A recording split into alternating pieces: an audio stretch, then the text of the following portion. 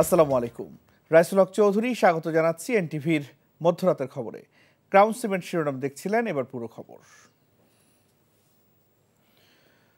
প্রধান উপদেষ্টা ডক্টর মোহাম্মদ ইউনূস জাতীয় নির্বাচনের বিষয়ে সুনির্দিষ্ট কোনো রোডম্যাপ দেননি জানিয়ে বিএনপি মহাসচিব মির্জা ফখরুল ইসলাম আলমগীর বলেছেন, ডক্টর ইউনূসের বক্তব্যে সন্তুষ্ট নন তারা। প্রধান উপদেষ্টার বাসভবনে তার সাথে বৈঠক শেষে এসব কথা বলেন তিনি। অন্যদিকে আইন উপদেষ্টা ডক্টর আসিফ নজরুল বলেছেন, হত্যাকারীদের বিচার না করে গেলে জনগণের কাছে কি জবাব দেবেন তারা। হাসান মাহমুদের রিপোর্ট। প্রধান উপদেষ্টার বাসভবন রাষ্ট্রীয় অতিথি ভবন যমুনায় একে একে আসেন বিএনপি নেতারা। দলের মহাসচিবের নেতৃত্বে বিএনপির সর্বোচ্চ নীতি নির্ধারণী ফোরামের 7 সদস্যের প্রতিনিধি দল প্রধান উপদেষ্টা ডক্টর মোহাম্মদ ইউনূসের সাথে দীর্ঘ প্রায় 2 ঘন্টার বৈঠকে নির্বাচনের রোডম্যাপ, নির্বাচনী এলাকা পুনর্নির্ধারণের জটিলতা নিরসন, এনআইডি প্রকল্প কমিশনের অধীনে রাখা, বিগত সরকারের হয়রানিমূলক মামলা প্রত্যাহার, জুলাই অভ্যুত্থানে নিহত আহতদের ক্ষতিপূরণ সহ বেশ কিছু প্রস্তাবনা তুলে ধরে। বলা হয়, নির্বাচন না হলে দেশের পরিস্থিতি খারাপের দিকে যাবে। তবে বৈঠক শেষে মির্জা ফখরুল তাদের হতাশার কথা জানান। যে বিষয়গুলোতে ঐকমত্য হবে সব দলগুলোর, সমস্ত দলগুলোর, সেগুলো নিয়ে আমরা একটা চার্টার করতে রাজি আছি। প্রধান উপদেষ্টা মহোদয় তিনি তার সুনির্দিষ্ট কোনো ডেডলাইন আমাদের দেননি। তিনি বলেছেন যে ডিসেম্বর থেকে জুনের মধ্যে তিনি নির্বাচন শেষ করতে চান। আমরা একেবারেই সন্তুষ্ট নই। আমরা পরিষ্কার করেই বলেছি যে আমরা ডিসেম্বর কাট আউট টাইম, ডিসেম্বরের মধ্যে নির্বাচন যদি না হয় তাহলে দেশে যে রাজনৈতিক পরিস্থিতি, অর্থনৈতিক পরিস্থিতি এবং সামাজিক পরিস্থিতি সেটা আরও খারাপের দিকে যাবে। সেটা তখন নিয়ন্ত্রণ করা বেশ কঠিন হবে। প্রধান উপদেষ্টার সাথে বৈঠকের বিষয় তুলে ধরে করা সংবাদ সম্মেলনে আইন উপদেষ্টা ডক্টর আসিফ নজরুল জানান, সংস্কার প্রশ্নে বিএনপি অত্যন্ত আন্তরিক। তিনি বলেন, ২৬ সালের জুনের মধ্যেই হবে জাতীয় নির্বাচন, আর দ্রুত সময়ের মধ্যে হবে জুলাই ঘোষণাপত্র। আমাদের কাছে মনে হচ্ছে ওনারা সন্তুষ্ট। ডিসেম্বর থেকে জুন মানে যে আমরা ইচ্ছা করে একটু বেশি ক্ষমতা ভোগ করার জন্য বা এমনি অকারণে আমরা 1 মাস 2 মাস বেশি ক্ষমতা থাকলাম, মোটেও সেটা না।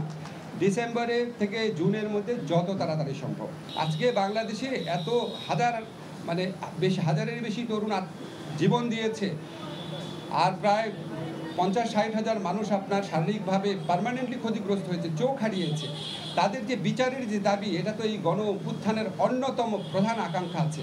তা আমরা যদি কোনো বিচার না করে যাই, কোনো বিচার না করে আমরা যদি ইলেকশন দিই, আমরা মানুষের কাছে এবং নিজের কাছে জবাব দেব কিভাবে? নির্বাচন প্রসঙ্গে কেউ যদি বেফাস কথা বলে তাতে বিভ্রান্ত না হওয়ার পরামর্শ দেন ডক্টর আসিফ নজরুল। প্রধান উপদেষ্টার কাছ থেকে নির্বাচনের সুনির্দিষ্ট কোনো রোডম্যাপ না পেয়ে অনেকটা অসন্তুষ্ট হয়ে বিএনপি গেলেও মাঠের রাজনীতিতে নির্বাচন দ্রুত আদায় করার জন্য দলটি কি করবে তা এখনও সুস্পষ্ট নয়। Hasan Mahmud, NTV news, Dhaka. BNP দ্রুত নির্বাচন চায় জানিয়ে বিএনপি স্থায়ী কমিটির সদস্য আমির খসরু মাহমুদ চৌধুরী বলেছেন, সরকার চাইলে ডিসেম্বরের আগেই নির্বাচন দিতে পারে। আর জামায়াতের আমির ডাক্তার শফিকুর রহমান বলেছেন, আগামী রমজানের আগেই নির্বাচন চায় জামাত। তবে এনসিপির আহ্বায়ক নাহিদ ইসলাম বলেছেন, ন্যূনতম সংস্কার নয় বরং মৌলিক সংস্কার চায় এনসিপি। সংস্কার ছাড়া নির্বাচন গ্রহণযোগ্য হবে না এবং সেই নির্বাচনে এনসিপি অংশগ্রহণ করবে কিনা তা বিবেচনাধীন থাকবে বলেও জানান নাহিদ ইসলাম। বুধবার বিকেলে গুলশানে সফররত ট্রাম্প প্রশাসনের প্রতিনিধির সাথে আলাদা বৈঠকের পর গণমাধ্যমের কাছে এসব কথা বলেন তারা। বিস্তারিত ইফতেখার রেজার রিপোর্টে। দ্বিতীয় মেয়াদে মার্কিন যুক্তরাষ্ট্রের প্রেসিডেন্ট হিসেবে দায়িত্ব নেওয়ার পর প্রথমবারের মতো 3 দিনের সফরে বুধবার ভোরে ঢাকায় আসেন যুক্তরাষ্ট্রের উপসহকারী পররাষ্ট্রমন্ত্রী নিকোল চুলিক। কর্মব্যস্ত দিনে পরপর 3টি রাজনৈতিক দলের সাথে আলাদা সভা করেন সফররত প্রতিনিধি দলটি। বুধবার দুপুরে প্রথমে বৈঠকে বসেন বাংলাদেশ জামায়াতে ইসলামীর আমির ও সেক্রেটারি জেনারেলের সঙ্গে। বৈঠক শেষে জামায়াত আমির বলেন, নির্বাচন, সংস্কার, মার্কিন শুল্ক আরোপ, জুলাই গণহত্যার বিচার সহ দেশের বিদ্যমান পরিস্থিতি নিয়ে আলোচনা হয়েছে। তিনি বলেন, নির্বাচন ইস্যুতে প্রধান উপদেষ্টার প্রতিশ্রুতির বাস্তবায়ন দেখতে চায় জামায়াত। সরকারের প্রধান উপদেষ্টা বলেছেন যে তিনি এই বছরের ডিসেম্বর অথবা আগামী বছরের জুনের মধ্যে ইলেকশন দেবেন। আমরা তার কমিটমেন্টে তিনি ঠিক আছেন এটা দেখতে চাই। আর আমাদের ভিউ হচ্ছে যে এটা রমজানের আগেই শেষ হয়ে যাওয়া দরকার। ওই জুন পর্যন্ত অপেক্ষা করলে তখন বর্ষা, ঝড় ঝাপটা বিভিন্ন ধরনের প্রাকৃতিক দুর্যোগ আসবে, তখন আবার ইলেকশনটা অনিশ্চিত হয়ে যাওয়ার আশঙ্কা দেখা দেয়। এরপর মার্কিন প্রতিনিধি দল বৈঠক করেন নতুন রাজনৈতিক দল জাতীয় নাগরিক পার্টি এনসিপির সাথে। বৈঠক শেষে সাংবাদিকদের দলটির পক্ষ থেকে বলা হয়, যুক্তরাষ্ট্রের প্রতিনিধির সাথে দেশের বিভিন্ন প্রেক্ষাপট নিয়ে আলোচনা হয়েছে। আমরা বলেছি যে আমরা এখানে কোনো ধরনের ন্যূনতম সংস্কার নয়, বরং মৌলিক সংস্কার, রাষ্ট্রের গুণগত পরিবর্তনের জন্য আমরা কাজ করছি এবং কোনো ধরনের পরিবর্তন ছাড়া নির্বাচনের দিকে গেলে সেই নির্বাচনটি গ্রহণযোগ্য হবে না। সেই নির্বাচনে জাতীয় নাগরিক পার্টি অংশগ্রহণ করবে কিনা সেটাও বিবেচনাধীন থাকবে।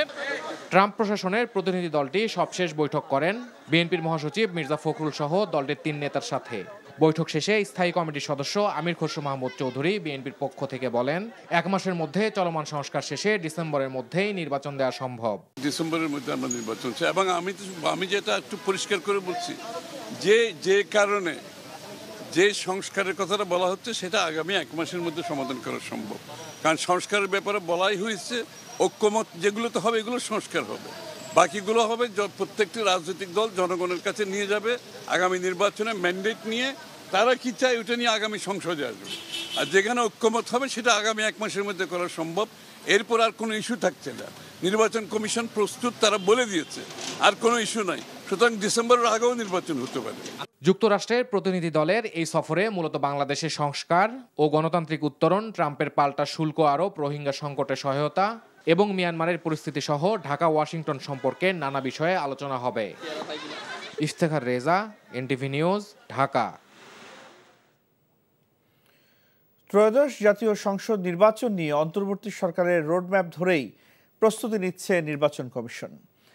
আগামী জুন-জুলাই মাসের মধ্যেই এই সংক্রান্ত পরিকল্পনা বাস্তবায়ন করা হবে বলে জানিয়েছেন নির্বাচন কমিশনার মোহাম্মদ আনোয়ারুল ইসলাম সরকার। বুধবার আগারগাঁওয়ের নির্বাচন ভবনে সাংবাদিকদের বিভিন্ন প্রশ্নের জবাবে এই তথ্য জানান তিনি। বলেন, দায়িত্ব নেয়ার পর থেকে ভোটার তালিকা হালনাগাদ, রাজনৈতিক দলের নিবন্ধন সহ বিভিন্ন কার্যক্রম হাতে নেওয়া হয়েছে। প্রাক রোডম্যাপের কাজ চলছে। তফসিল ঘোষণার আগে পর্যন্ত ভোটার হওয়ার সুযোগ রাখার বিষয়ে তিনি বলেন, ডিসেম্বরের 31 তারিখের মধ্যে যাদের 18 বছর পূর্ণ হবে তারা যাতে যুক্ত হতে পারে সেজন্য ভোটার নিবন্ধন আইনে সংশোধন আনার কথা ভাবা হচ্ছে। চলমান ভোটার তালিকা হালনাগাদ কার্যক্রম গত 11 এপ্রিল শেষ হয়েছে। আগামী জুনের ভেতর ভোটার তালিকা চূড়ান্ত হবে।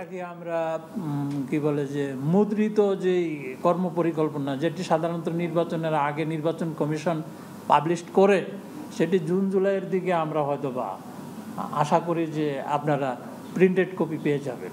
নির্বাচনী কাজে যারা সম্পৃক্ত থাকবেন তাদের, তারপরে ধরেন প্রশিক্ষণের বিষয় রয়েছে, যারা নির্বাচনী কাজে অংশগ্রহণ করবেন, সেই কাজগুলো তো আমাদের এই টাইম ফ্রেমের ভিতরেই করতে হবে। বিশ্ববিখ্যাত মার্কিন সাময়িকী টাইমের বিশ্বের প্রভাবশালী 100 ব্যক্তি তালিকায় স্থান পেয়েছেন প্রধান উপদেষ্টা অধ্যাপক ডক্টর মোহাম্মদ ইউনূস। বুধবার এই সংক্রান্ত প্রতিবেদন প্রকাশ করে টাইম। এবারের বিশ্বের সবচেয়ে প্রভাবশালী 100 ব্যক্তি তালিকায় যারা স্থান পেয়েছেন তাদের মধ্যে সবচেয়ে বেশি বয়স ইউনূসের। 84 বছর বয়সে এই তালিকায় জায়গা করে নিয়েছেন তিনি। ম্যাগাজিনে অধ্যাপক ইউনূসকে নিয়ে মুখবন্ধটি লিখেছেন সাবেক মার্কিন পররাষ্ট্রমন্ত্রী হিলারি ক্লিন্টন। মুখবন্ধে বলা হয়, শিক্ষার্থীদের নেতৃত্বে গণ অভ্যুত্থানের মুখে গত বছর স্বৈরাচার হাসিনার পতন হলে বাংলাদেশকে গণতন্ত্রের পথে এগিয়ে নেয়ার দায়িত্ব কাঁধে তুলে নেন ইউনূস। আরও বলা হয়, বহু বছর আগেই গ্রামীণ ব্যাংক প্রতিষ্ঠা করে বাংলাদেশের প্রান্তিক জনগোষ্ঠীকে ক্ষুদ্র ঋণের মাধ্যমে ক্ষমতায়নের পথ দেখান তিনি। কোনো ব্যক্তির কাজ, চিন্তা, সিদ্ধান্ত বিশ্বকে বদলে দিতে পারে কিনা তালিকা তৈরিতে তা বিবেচনায় দেওয়া হয়।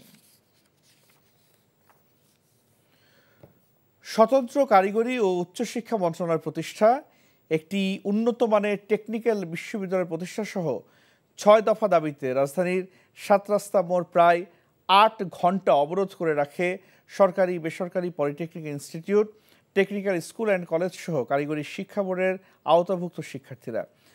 দাবি আদায় না হলে আজ সারা দেশে রেল ব্লকেডের ঘোষণা দেন তারা। এদিকে সড়ক অবরোধ করায় তীব্র যানজটে ভোগান্তিতে পড়েন নগরবাসী। রিপোর্ট কায়কোবাদ মাহমুদের।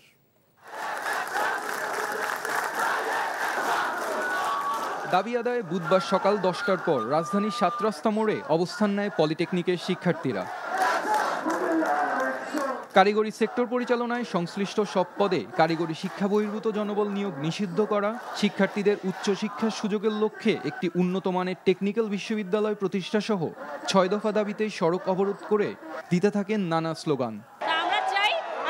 দশম গ্রেড আমরা ডিপ্লোমাধারীরাই শুধু অ্যাপ্লাই করতে পারবো। আমাদের 4 বছর মেয়াদের ডিপ্লোমা ইঞ্জিনিয়ারিং পূর্ণভাবে 4 বছরের পুনর্বাসন করা। তারা প্রতিবার বলছে তোমরা রাস্তা ছেড়ে দাও, তোমরা চলে যাও, আমরা তোমাদের দাবি পূরণ করব। এই পর্যন্ত তারা আমাদের দাবি পূরণ করে নাই। দীর্ঘ সময় চলা এই আন্দোলনে সড়কে দেখা দেয় তীব্র যানজট। স্থবির হয়ে পড়ে সাতরাস্তা ও তেজগাঁও শিল্পাঞ্চল সহ আশেপাশের এলাকার সড়ক। গাড়ি চলতেছে না, বহুত কষ্ট করে হাইটাইলাম, গাড়ি বসে রয়েছে 1-1.5 ঘন্টা 2 ঘন্টা ধরে। জনগণের দুর্ভোগ পোহাইয়া দুর্ভোগ কষ্ট দিয়ে আন্দোলন করার কোনো যুক্তিকতা নেই। কোনো দাবি থাকলে কলেজ আঙ্গিক না যায় আন্দোলন করবে। সড়ক অবরোধের প্রায় 6 ঘন্টা পরে সাতরাস্তা এলাকায় যান কারিগরি শিক্ষা বোর্ডের চেয়ারম্যান, দেন সমাধানের আশ্বাস। এই 6 দফা অতি দ্রুত আমরা ইনশাআল্লাহ তোমরা একেবারে দেখতে পাবা যে আমরা কি করতেছি। তবে চেয়ারম্যানের এমন আশ্বাস প্রত্যাখ্যান করে সারা দেশে রেল ব্লকেট কর্মসূচির ঘোষণা দেন শিক্ষার্থীরা। আগামীকাল আমাদের অসহযোগ আন্দোলন কর্মসূচি বজায় থাকবে। আগামীকাল আমরা সারা দেশব্যাপী রেল ব্লকেট ঘোষণা করলাম। এর আগেও একাধিকবার একই দাবিতে আন্দোলন করলেও সমাধান না আসায় দাবি না মানা পর্যন্ত রাজপথ ছাড়বেন না বলে হুঁশিয়ারি দেন আন্দোলনকারীরা। Kaykobad Mahmud, NTV news, Dhaka. শিক্ষক ও শিক্ষার্থীদের পাল্টাপাল্টি অবস্থান কর্মসূচিতে উত্তপ্ত খুলনা প্রকৌশল ও প্রযুক্তি বিশ্ববিদ্যালয়ের ক্যাম্পাস। কুয়েট উপাচার্যের পদত্যাগ এক দফা দাবিতে বুধবার দুপুরের পর শিক্ষার্থীরা দুর্বার বাংলার পাদদেশে প্রতিবাদ সমাবেশ করে। তার আগে শিক্ষার্থীরা ক্যাম্পাসে পোস্টার লাগানো কর্মসূচি পালন করে। পরে শিক্ষক, কর্মকর্তা, কর্মচারীরা একই স্থানে মানববন্ধন ও প্রতিবাদ সমাবেশ করে। কুয়েট শিক্ষক সমিতির সভাপতি প্রফেসর ডক্টর শাহিদুল ইসলাম সভাপতিত্বে এক কর্মসূচি পালন করা হয়। শিক্ষক আর শিক্ষার্থীদের পরস্পর বিরোধী অবস্থানে ক্যাম্পাস জুড়ে চাপা উত্তেজনার সৃষ্টি হয়।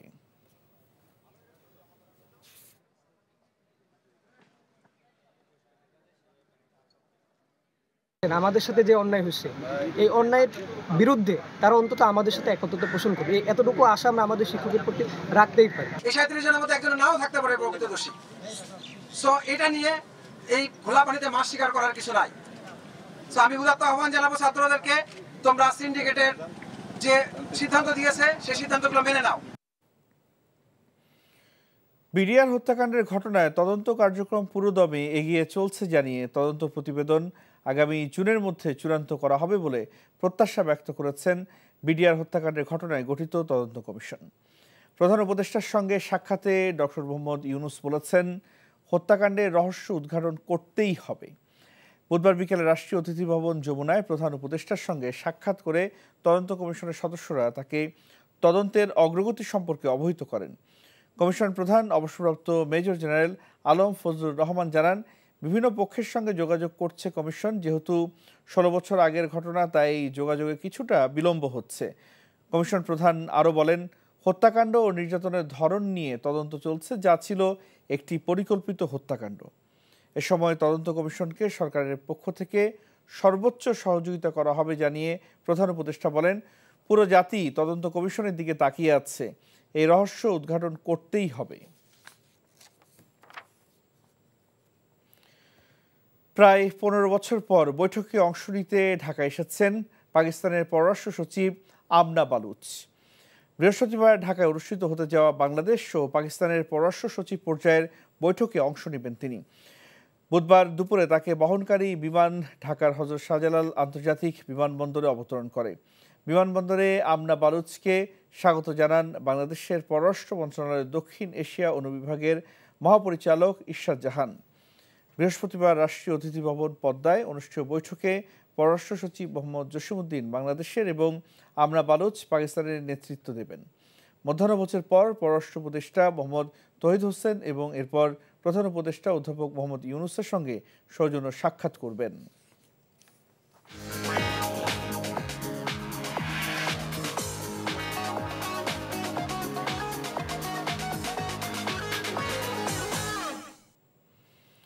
মার্কেন্টাইল ব্যাংক অর্থনীতির খবর। লিটারে 14 টাকা বাড়ানোর পর সরবরাহ বেড়েছে বোতলজাত সয়াবিন তেলের। খুচরা ব্যবসায়ী ও ক্রেতাদের অভিযোগ, কর্পোরেট কোম্পানিদের সুবিধা দিতেই এই দাম বৃদ্ধি। যদিও বাণিজ্য উপদেষ্টা শেখ বশির আহমেদ বলছেন, ভোজ্য তেলের বাজারে সরবরাহের ঘাটতি কমাতেই এই দাম বৃদ্ধি। মেজবাহ হাসানের রিপোর্ট। 15 বছর ধরে ব্যবসা করে আসা বাবুল আহমেদের ব্যবসায়ী জীবন শুরু হয় লিটার প্রতি 52 টাকা সয়াবিন তেলের বিক্রির মধ্য দিয়ে। এরপর তেলের বাজারে তেলস্পাতির দাম বেড়েছে কয়েক গুণ। বিশ্ববাজারে দাম সমন্বয়ের নামে সেই বোতলজাত সয়াবিন তেল এখন ঠেকেছে 189 টাকা লিটারে। যত বছর ব্যবসা করে দিয়ে খালি তেলের দাম বাড়ানি চিন্তা করলে দিনে দিনে কার্যকর হয়ে যায়, কিন্তু কমানোর চিন্তা করলে কার্যকর হতে দেরি হয়। এই যে বাড়ছে, কালকে রেট দিছে 14 টাকা লিটার বাড়ছে, আজকে বাজারে তেল দিয়ে দিয়েছে। রাজধানীর বিভিন্ন বাজারে ব্যবসা করতে আসা অধিকাংশ ব্যবসায়ীর অভিজ্ঞতা একই।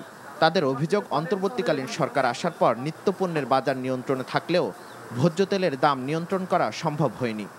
সরকার তেলের দাম বাড়াই দিছে, কোম্পানিরা এখন মাল ছাড়ে দিব, এটা কোনো দেরি হবে না। এখন হলো আগের থেকে লিটার 14 টাকা বাড়াইছে, তো এখন নতুন তেল আসতে শুরু করছে। আমরা এখনো হাতে পাই নাই, হয়তো আজকে হাতে পেয়ে যাব। ক্রেতারা বলছেন, ব্যবসায়ীদের সুবিধা না দিয়ে যথাযথ পদক্ষেপ নিলে এ বাজার নিয়ন্ত্রণ সম্ভব। আমরা চাইবো যে একটা সমন্বয় ব্যালেন্স করা, যাতে এটা টাকাটা মানুষের কোনো গোষ্ঠীর হাতে না যায়, মানুষ যাতে উপকার পায়। তেল আজকে কিনছি, তেলের দাম বাড়তি 120 টাকার মতো বেড়ে গেছে এই প্রতি গ্লানে। সচিবালয়ে বাণিজ্য উপদেষ্টা জানান, ক্রয় ক্ষমতায় রাখতে ভর্তুকি দিয়েছে সরকার, তারপরও বাড়াতে হয়েছে দাম। আমরা প্রায় 550 কোটি টাকা প্রতি মাসে এই ক্ষেত্রে রাজস্ব ঘাটতি হচ্ছিল।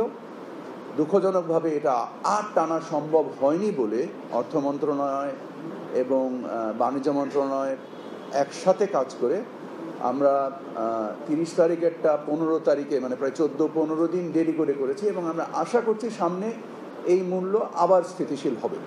বাজার নিয়ন্ত্রণে দীর্ঘমেয়াদী পদক্ষেপ গ্রহণের দাবি ভোক্তা সাধারণের। Mezbah Hasan, NTV news, Dhaka. দুর্নীতি মামলার আসামি সাবেক প্রধানমন্ত্রী শেখ হাসিনার ছোট বোনের মেয়ে ও ব্রিটিশ এমপি টিউলিপ সিদ্দিককে দেশে ফেরাতে আদালতের নির্দেশনা মেনে আন্তর্জাতিক সংস্থাগুলোর সহযোগিতা চাইবে দুদক। এই তথ্য জানিয়ে সংস্থাটির মহাপরিচালক আখতার হোসেন জানান, শুধু আদালতে উপস্থিত হয়েই প্লট জালিয়াতির বিষয়ে টিউলিপের বক্তব্য দেওয়ার সুযোগ রয়েছে। ব্রিটেনে বসবাস করলেও শেখ হাসিনার ক্ষমতাকে ব্যবহার করে 2000 সালে গুলশানে সরকারি লিস্টকৃত প্লট ইস্টার্ন হাউজিংকে অনুমোদনের ব্যবস্থা করেন টিউলিপ সিদ্দিক। এদিকে 87 কোটি টাকার জমি 1000 কোটি টাকা দেখিয়ে বন্ডের মাধ্যমে গ্রাহকের কাছ থেকে নেয়ার অভিযোগে বেক্সিমকো গ্রুপের চেয়ারম্যান সালমান এফ রহমান ও তার ছেলে শায়ান রহমান সহ 30 জনের বিরুদ্ধে মামলা করেছে দুদক। খাগড়াছড়িতে চট্টগ্রাম বিশ্ববিদ্যালয়ের 5 শিক্ষার্থী সহ 6 জনকে অপহরণের অভিযোগ উঠেছে ইউপিডিএফ-এর প্রসিদ্ধ গ্রুপের বিরুদ্ধে। অপহৃতদের মধ্যে রিশান চাকমা, সন্তু লার্মা সমর্থিত জনসংহতি সমিতির পাহাড়ি ছাত্র পরিষদ চট্টগ্রাম বিশ্ববিদ্যালয় কমিটির সদস্য। অন্যরা হলেন চারুকলা বিভাগের শিক্ষার্থী মৈত্রীময় চাকমা, নাট্যকলা বিভাগের দিব্যি চাকমা, প্রাণীবিদ্যা বিভাগের লংই ম্নো এবং চারুকলা বিভাগের অলরিন ত্রিপুরা। এরা সবাই বিশ্ববিদ্যালয়ের 2023-24 শিক্ষাবর্ষের শিক্ষার্থী। এই ঘটনায় ইউপিডিএফ-এর প্রসিদ্ধ গ্রুপকে দায়ী করেছেন পার্বত্য চট্টগ্রাম জনসংহতি সমিতি সমর্থিত পাহাড়ি ছাত্র পরিষদের কেন্দ্রীয় সভাপতি নিপুণ ত্রিপুরা। তিনি জানান, বাঘাইছড়িতে বিজু উৎসব শেষে খাগড়াছড়ি হয়ে চট্টগ্রাম বিশ্ববিদ্যালয়ে ফেরার কথা ছিল তাদের, কিন্তু বাসে টিকিট না পাওয়ায় মঙ্গলবার রাতে মৈত্রীময় চাকমার এক আত্মীয়ের বাড়িতে থাকেন। বুধবার সকালে টমটমে করে ফেরার পথে গিরিফুল এলাকা থেকে তাদেরকে অপহরণ করা হয়।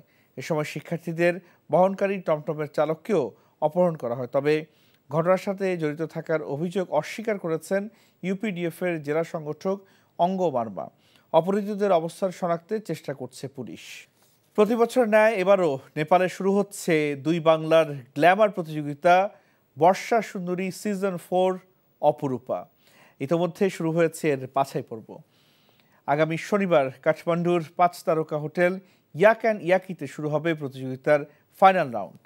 এতে বিচারক হিসেবে থাকছেন 80 দশকে রাম তেরি গঙ্গা ময়ূরীতে রাজ কাপুরের বিপরীতে অভিনয় করা বলিউড অভিনেত্রী মন্দাকিনী, 2 বাংলার জনপ্রিয় অভিনেত্রী ঋতুপর্ণা সেনগুপ্ত, টালিউড কুইন খ্যাত অপু বিশ্বাস, কলকাতার জনপ্রিয় চিত্রনায়ক বনি সেনগুপ্ত ও নীল ভট্টাচার্য সহ আরও অনেকে। অনুষ্ঠানে পারফর্ম করবেন দেশ বিদেশের এক ঝাঁক নৃত্যশিল্পী। আয়োজক সুকান্ত সুমন, শর্মিষ্ঠা ঘোষ ও সাকিব সনের জানান এবার তাদের এটা চতুর্থ আসর। সুকান্ত সুমন আরও জানান আগে 3 আসরকে এবার ছাড়িয়ে যাবে এই আসর। বাংলাদেশ সহ ভারতের পশ্চিমবঙ্গের তরুণীর জন্য নিজেদের তুলে ধরার প্ল্যাটফর্ম বর্ষা সুন্দরী সিজন 4, তাই এর নামকরণ করা হয়েছে অপরূপা। এছাড়া সাংবাদিকতা, মানবাধিকার, সমাজসেবা ও শিক্ষা খাতে অবদান এবং সাংগঠনিক দক্ষতা ও দেশ পড়ানো চলচ্চিত্রকার, সেরা অভিনেতা ও অভিনেতাদের স্বীকৃতির স্বরূপ এই বছর জিনিয়াস অ্যাওয়ার্ড প্রদান করা হবে। বর্ষা সুন্দরী অপরূপার মিডিয়া পার্টনার হিসেবে রয়েছে বাংলাদেশের জনপ্রিয় স্যাটেলাইট টেলিভিশন চ্যানেল NTV। বিসিবিতে দুদকের অভিযান ইতিবাচক হিসেবে দেখছেন সাবেক অধিনায়ক খালেদ মাসুদ পাইলট। অনিয়ম আর দুর্নীতিতে বোর্ড যতটা আর্থিকভাবে ক্ষতিগ্রস্ত হয়েছে, তার চেয়ে বেশি ক্ষতিগ্রস্ত তৃণমূলের ক্রিকেটাররা। এদেশের ক্রিকেট যারা পেছনে ঠেলে দিয়েছে তাদের চিহ্নিত করে ব্যবস্থা নেওয়া প্রয়োজন বলে মন্তব্য করছেন পাইলট। মমিনুর রিপনের রিপোর্ট। তৃতীয় বিভাগ লীগ বাছাইয়ের দুর্নীতি, বিপিএলের টিকিট বিক্রির অর্থে গরমিল ও মুজিব জন্ম শতবর্ষ পালনে আর্থিক অনিয়ম নিয়ে মঙ্গলবার ক্রিকেট বোর্ডে অভিযান চালায় দুদক। অভিযোগ নিয়ে প্রায় 2 ঘন্টা মিরপুরে বিসিবি কার্যালয়ে বিভিন্ন বিভাগ ঘুরে প্রাথমিক তদন্ত করেন 3 কর্মকর্তা। দুর্নীতি আর অনিয়মের আলামতও পেয়েছেন তারা। বিসিবিতে দুদকের এমন অভিযানকে স্বাগত জানিয়েছেন খালেদ মাসুদ পাইলট। তো আমি মনে করি খুবই পজিটিভ যে দুদক এখানে আসছেন। আমি চাই যে পুরো ডিটেলসটা আরও তারা দেখা উচিত, বিকজ তারা হয়তো ছোট্ট একটা জিনিস দেখেছেন আমার কাছে মনে হয়, বাট এখানে আমার কাছে মনে হয় আরও অনেক ম্যাসিভ কিছু আছে ইনভলভ। হয়তো একটু খুঁজলে পাওয়া যাবে, বিকজ ম্যাক্সিমাম মেজরিটি মানুষ এখানে জড়িত আছে আমি যতদূর জানি বা আমার অনুভব। সাবেক এই অধিনায়ক মনে করেন ঢাকার তৃতীয় বিভাগ লীগের দল নির্বাচনের দুর্নীতিতে সবচেয়ে বেশি ক্ষতিগ্রস্ত তৃণমূলের ক্রিকেটাররা। বাছাই পর্ব না করে জালিয়াতির মাধ্যমে প্রভাবশালীদের দলকে জেতানোর বন্দোবস্তে ক্রিকেটের প্রতিযোগিতার মান একেবারেই কমেছে বলে মন্তব্য পাইলটের। আপনি 5 লাখ টাকা করেছেন এবং আম্পায়ার দিয়ে পুরোটাই আপনি হারাই দেবেন, সব কিছু প্ল্যান করা, যে এই জন্য কেউ এন্ট্রি করতো না, কেউ খেলতো না, ভয় আসতো না। তো এইটা আসলে কালচারটা নষ্ট করেছে। আমার কাছে মনে হয় যে দীর্ঘদিন ধরে এই করতে করতে আজকে মনে হয় আমার কাছে মনে হয় প্লেয়াররা যারা আর্থিকভাবে লাভবান হতে পারতো তারাও কলাপস করে ম্যাচ পাতানো খেলা, যেগুলো খেলা আম্পায়ারদেরকে নামে অনেক দোষী হয়। আমার কাছে মনে হয় যে কোনো আম্পায়ারই কেউই চায় না যে আমি বাজে আউট দিই, বাজে কিছু করি। নিশ্চয়ই ঘাড়ে কোনো বন্দুক ছিল, এইগুলোই বাই করা উচিত। বিসিবির দুর্নীতি রোধে নিয়মিত তদারকি হওয়া উচিত বলে মনে করেন pilot. Mominur Ripon, NTV news, Dhaka. এই ছিল মধ্যরাতের খবরে। এই খবরের ভিডিও আপডেট জানতে ভিজিট করুন NTV অনলাইন www.ntvbd.com। এছাড়াও NTV জনপ্রিয় সব অনুষ্ঠান ও খবরের আপডেট জানতে ভিজিট করুন আমাদের ইউটিউব ও ভেরিফাইড ফেসবুক পেজ। সকাল 7:30টায় সকালের খবর দেখার আমন্ত্রণ রইল। ধন্যবাদ সবাইকে।